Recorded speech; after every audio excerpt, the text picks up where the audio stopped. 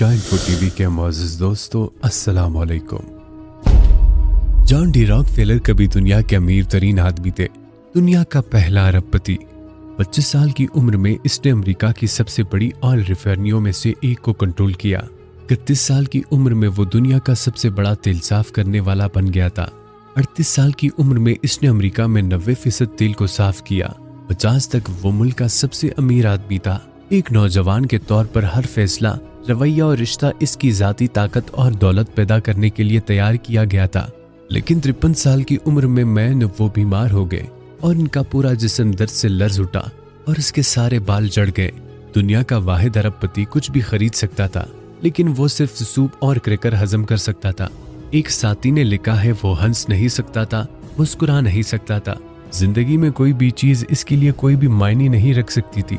इसके जाती इंतहाई माहिर डॉक्टरों ने पेश गोई की थी कि वो 1 साल के अंदर अंदर मर जाएगा। वो साल आहिस्ता आहिस्ता गुजर गया। जब वो मौत के करीब पहुंचा तो वो एक सुबह इस महम एहसास के साथ बेदार हुआ कि वो अपने दौलत से कुछ भी अपने साथ अगले जहां में लेकर जाने के काबिल नहीं है।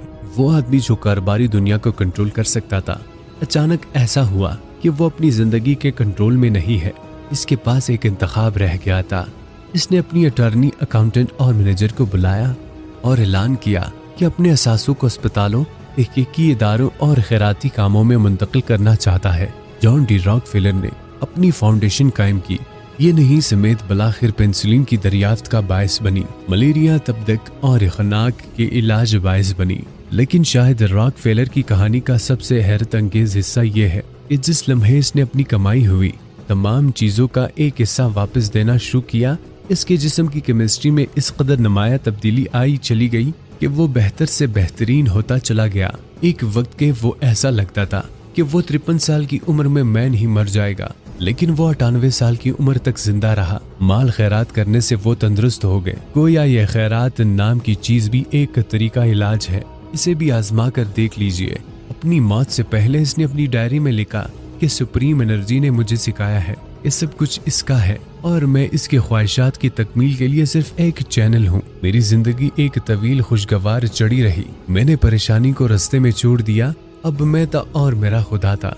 मेरे लिए हर दिन अच्छा था। दुनिया में सब चीज और सब बात का उर्फ आखिर सिर्फ अल्लाह ताला की जात है। अगर आपने इसकी मर्जी के मुताबिक जीना शुरू कर दिया तो आपकी जिंदगी की तकलीफ कम होना शुरू हो जाएगी, और अगर आपने इसकी मर्जी के मुताबिक जिंदगी ना गुजारी तो जिंदगी में बहुत सारी बीमारियां, परेशानियां आपके सामने आती रहेंगी। दुनिया में आप दौलतमंद तो हो सकते हैं, लेकिन पुरसकून नहीं हो सकते। तो खुदा ताला के बताए हुए तरीके पर जिंदगी गुजारें और अपने आप को पुरसकून रखें।